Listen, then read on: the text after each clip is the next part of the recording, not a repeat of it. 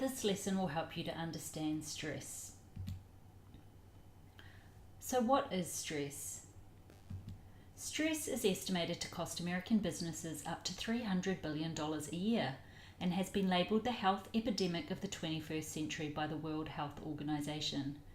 Numerous studies show that job stress is by far the major source of stress for many adults, and in a recent global survey, employers identified stress as the #1 health risk factor for their employees. However, stress is not limited to the workplace and can be caused by many things. It can be caused by being stuck in heavy traffic, by having overdue bills, or from having an argument with your neighbour.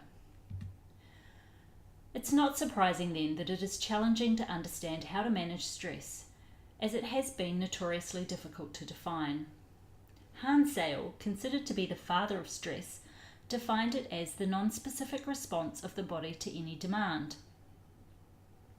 Unfortunately, this definition is rather generic and vague.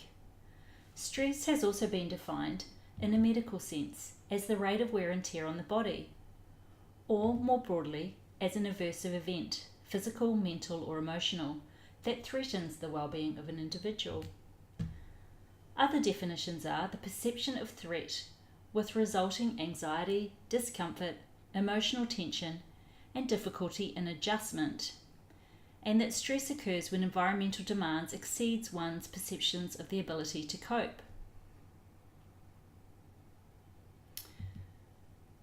However, when considering the many and varied definitions of stress that I looked into, there was one definition that stood out to me.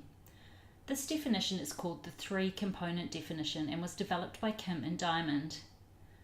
The authors suggest that this definition can be applied broadly across many settings and situations. I like this definition because it's quite simple, however, and it's also comprehensive. So firstly, stress requires heightened excitability or arousal. Second, the experience must be perceived as aversive. Third, there needs to be a lack of control or uncontrollability. And thus, stress can be defined as the product of these three factors and can be shown by this equation, with S equaling stress. Having control over an aversive experience is suggested to have a profound mitigating influence on how stressful the experience feels. The element of control is the variable that ultimately determines the magnitude of the stress experience and the susceptibility of the individual to suffer the physical and mental impacts of stress.